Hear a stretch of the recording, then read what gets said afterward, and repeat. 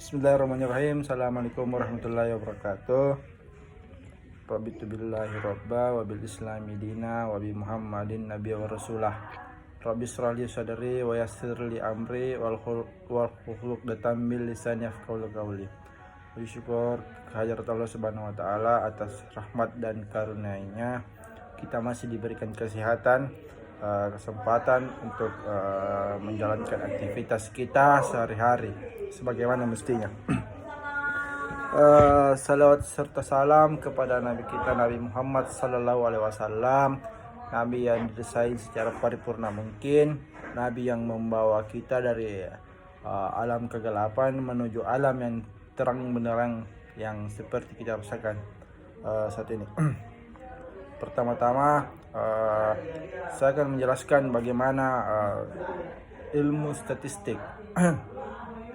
Jadi perlu kita ketahui bahwa statistik itu berasal dari kata Yunani, berasal dari bahasa Yunani,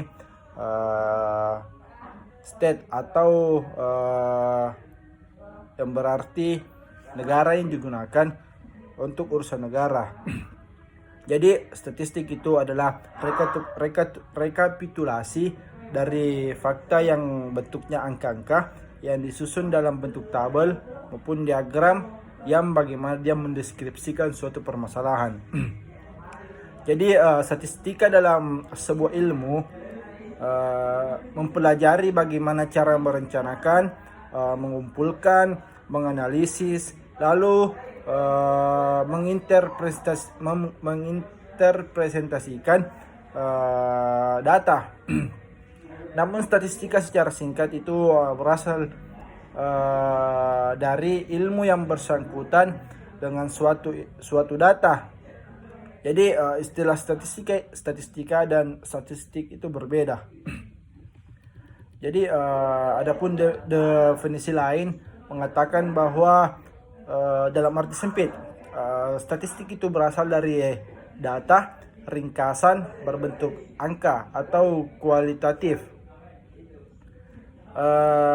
Adapun pemisalan mengatakan bahwa statistik penduduk, misalnya bagaimana data atau keterangan itu berbentuk angka ringkasan, bagaimana mengenai penduduk, seperti bagaimana jumlah penduduk, rata-rata umur di penduduk itu, bagaimana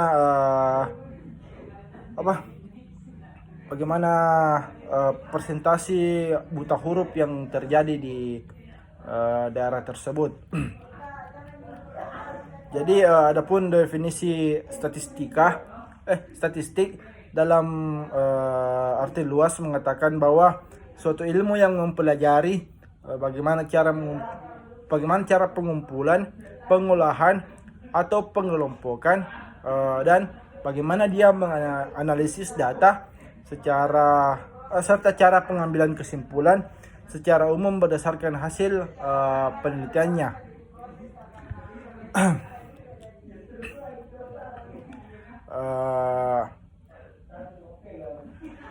Statistik sangat perlu diperlukan bagaimana untuk meneliti kehidupan masyarakat dan bagaimana hubungan sosial yang berupa metode objektif, sistematis.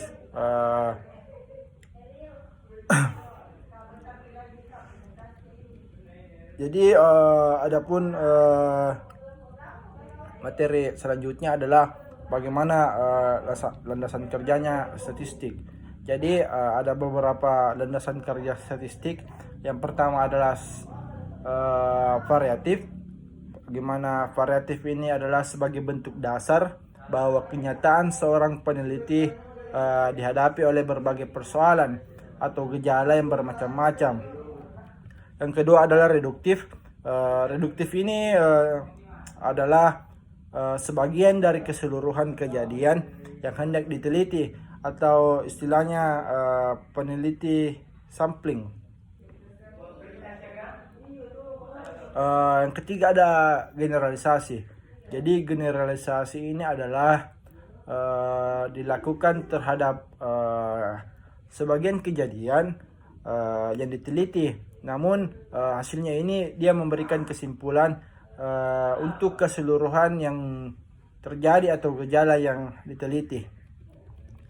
Jadi adapun definisi statistik menurut ahli Sujana 2004 mengatakan bahwa ilmu yang terdiri dari teori dan metode yang merupakan cabang dari matematika. Jadi matematika ini terbagi lagi. Dia menggunakan matematika terapan dan bagaimana dia membicarakan tentang bagaimana mengumpulkan data, bagaimana meringkas data, mengolah dan menjadikan data. Jadi bagaimana menentukan keputusan dalam batas-batas resiko tertentu berdasarkan strategi yang ada. Yang kedua materi ketiga ada karakteristik pokok statistik. Jadi ada beberapa karakteristik dari pokok-pokok statistik. Yang pertama ada statistik bekerja dengan angka. Jadi angka-angka ini dalam statistik mempunyai dua pengertian. Jadi yang pertama, angka statistik sebagai jumlah atau frekuensi dan angka statistik sebagai nilai atau harga. Jadi pengertian ini mengandung bahwa data statistik adalah data kuantitatif. Misalkan jumlah pegawai kampus Unismu, jumlah dosen Unismu Makassar yang diangkat dari tahun 2005, jumlah tahanan yang dieksekusi, jumlah kriminal yang ditangkap, jumlah pengeboman oleh teroris yang dipimpin oleh Dr. Ahsari, jumlah hakim yang disogok, jumlah perkara yang belum tuntas, jumlah anggota MPR, DPR.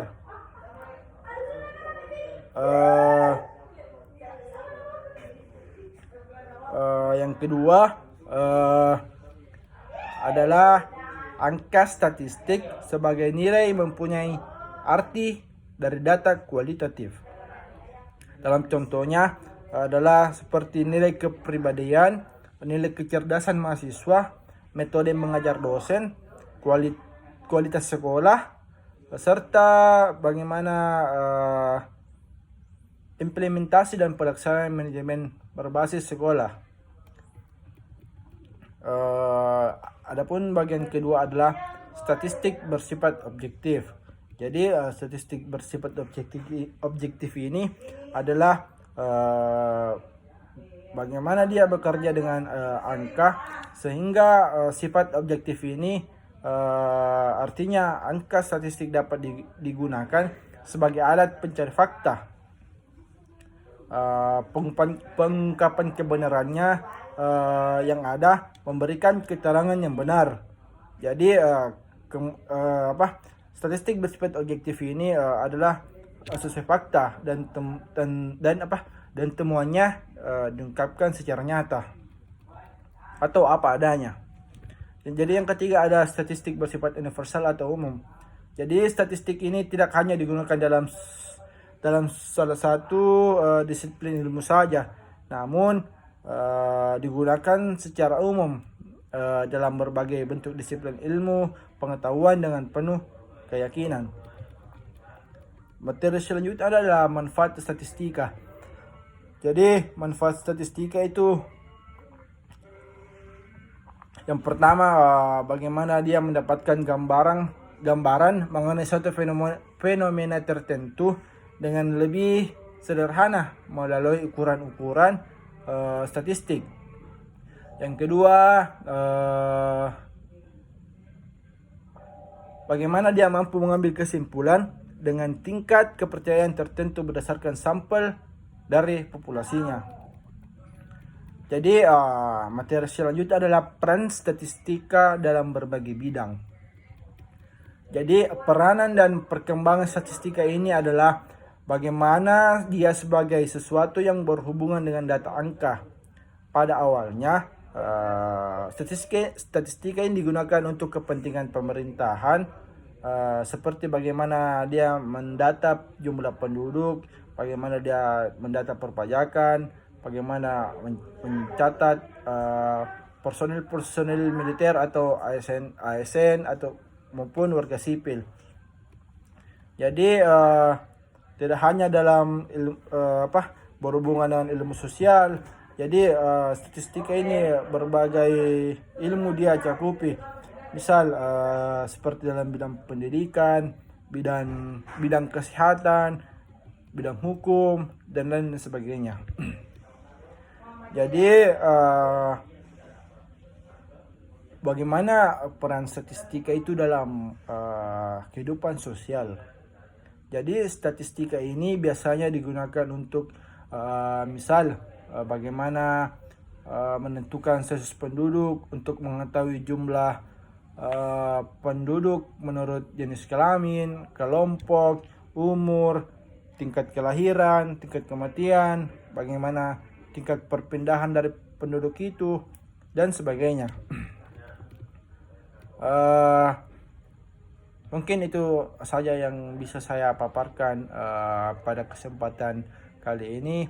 Lebih dan kurangnya mohon dimaafkan karena kelebihannya datang dari Allah, kekurangan datangnya dari saya. Saya ucapkan billahi fi sabilil haq fastabiqul khairat. Assalamualaikum warahmatullahi wabarakatuh.